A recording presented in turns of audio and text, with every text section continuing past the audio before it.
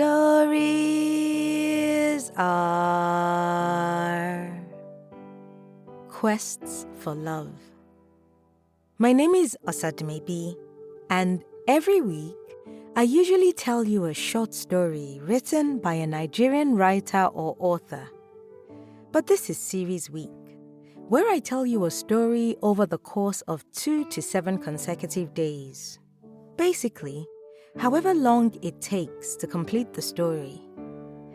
Series Week will occur once a quarter, and the stories featured will still be written by Nigerian writers and authors, but will either consist of a sequence of related episodes from one story or a set of stories linked by a common theme. That's the long and short of it. So without much ado, today's story is by Princess Nwachukwu, and it's the second part of the story titled My Ogbanje. Catch up on yesterday's episode for part 1 and listen to tomorrow's episode for the third and final part. As the months passed, I could feel the weight of time pressing down on us. Each day brought us closer to her first birthday, and I knew what that meant. Another death.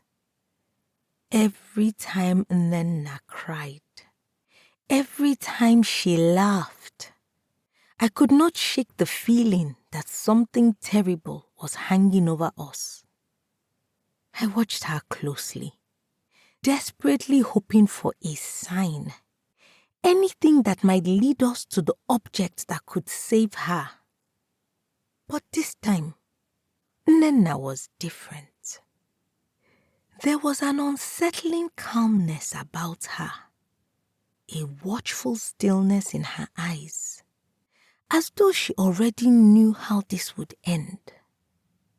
At night, I could hear her whispering softly in her sleep, words I could not understand, but which sent chills running down my spine. The tension grew unbearable, and finally, I went to see our chief priest, Ezemmo. The old man sat in the corner of his dimly lit hut, stirring a thick, pungent concoction in a clay pot. The air was thick with the scent of burning herbs and old earth. He did not look up as I entered, but I could feel his knowing gaze pierce me. The Ogbanje child is growing, I said softly, afraid that speaking the words aloud might somehow seal our fate. This is the 4th time she has been born to us, and we are no closer to breaking the cycle.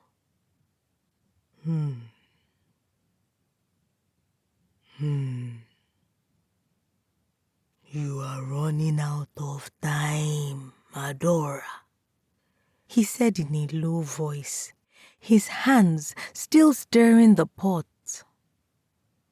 I swallowed hard, my throat tight. The child, she is different this time. She knows more. She's waiting. Ezemmo nodded slowly.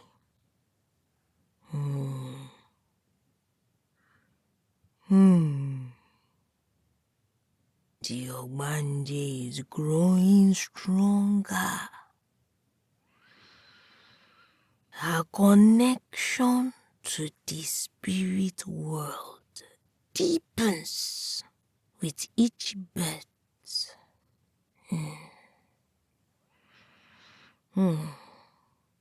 She is testing you.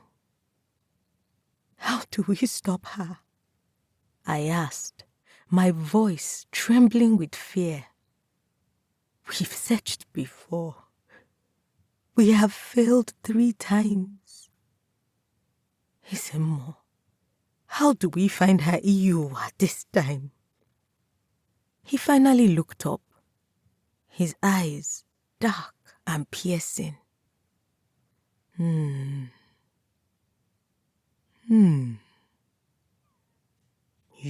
been looking with human eyes. But the Iyuwa is hidden in a place that belongs to the spirits. His words chilled me to the core. Where is this place? There is only one path before you, he said, his voice low. It lies deep in the forest, beyond the reach of the living. You and Chima must go there. But know this.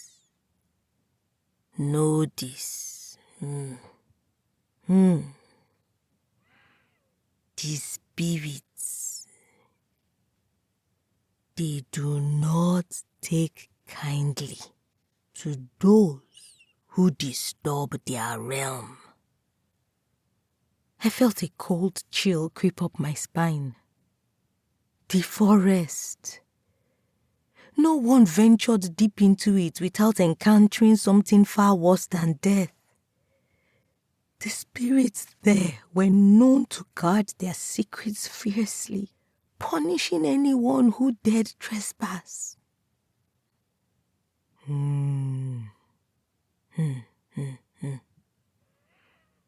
The forest is alive with their anger, Ezemo said gravely. The spirits will not give up the Iyuwa easily. You will be tested. You will be tested.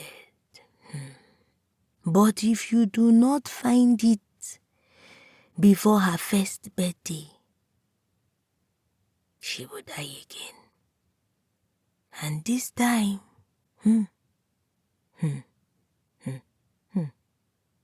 this time, she may take something of yours with her. I clenched my fists, the weight of his words settling heavily on me. We will go.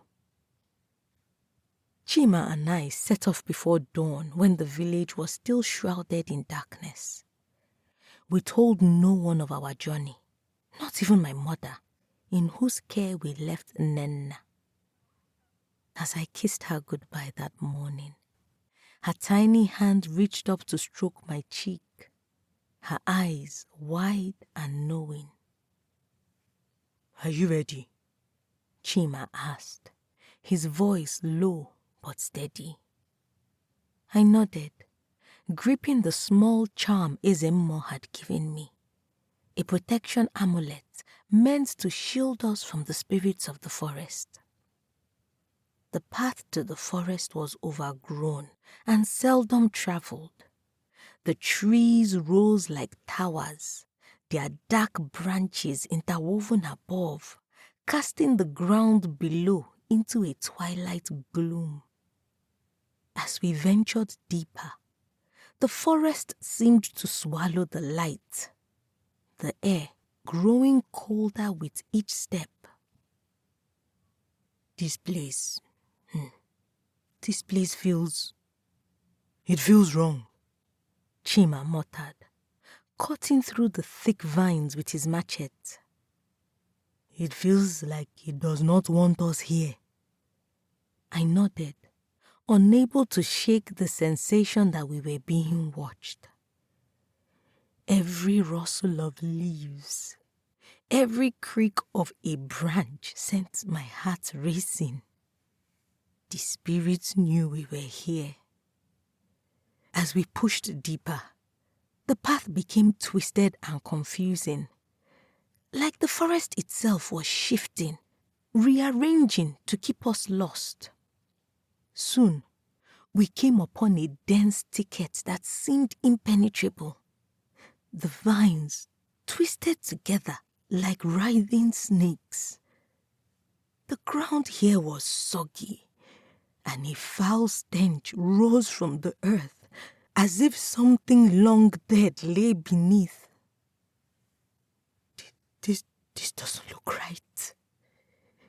This does not look right, I whispered, my voice trembling. Chima, are we even going in the right direction? Chima stopped, wiping sweat from his brow. His eyes darted nervously to the shadows between the trees. We are close. I can feel it. But as we tried to push forward, the forest seemed to resist. The branches clawed at our clothes, snagging and tearing at our skin. The ground beneath us shifted, sucking at our feet as though the earth itself wanted to drag us down. The deeper we went, the more the forest came alive, the trees creaking and groaning as their twisted limbs stretched toward us like skeletal fingers. Suddenly, I heard a low, husky moan. It did not sound like any animal, but something far more sinister. I froze, my heart hammering in my chest as the moan echoed through the trees, growing louder and closer.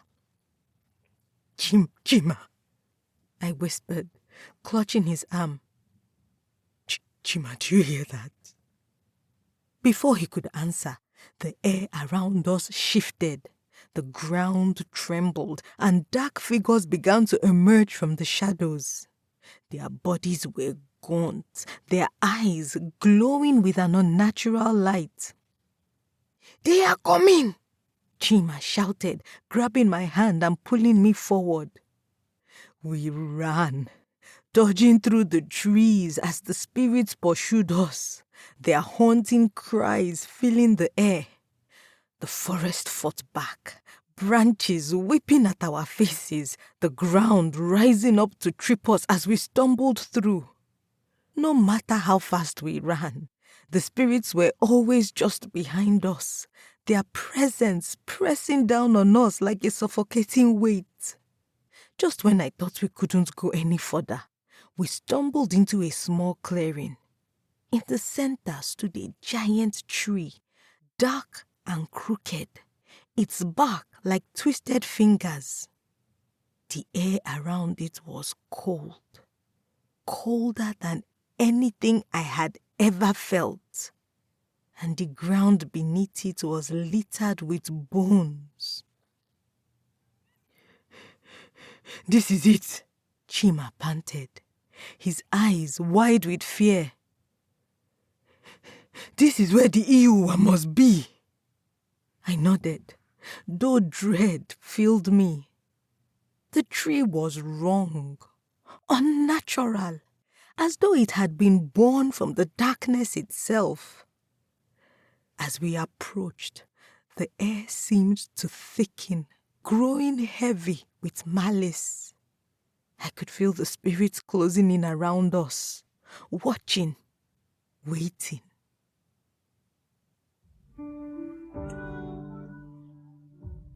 Princess Nwachukwu is a writer who loves horror, good books, and listens to an endless playlist. She lives in Lagos and works as an administrative officer for an education consulting firm. When she's not writing, she will either be watching movies, daydreaming, or figuring out how to make money. You can read more of her work on WordPress at Pinky's Diary and connect with her on Instagram at Pinky_baby20. Details and links will be in the episode description. If you've got a story you would like to be featured on this podcast, or a published book you want to make into an audiobook, I would love to hear from you. Send an email to info@osadumebi.com or send me a message at Osadumebi on either Facebook, Instagram, LinkedIn, or X. I look forward to collaborating with you. And if you've enjoyed this week's episode, please subscribe, leave a review, And share this episode with that one person you know will enjoy listening. Tell them that stories are a good escape for a few minutes each week.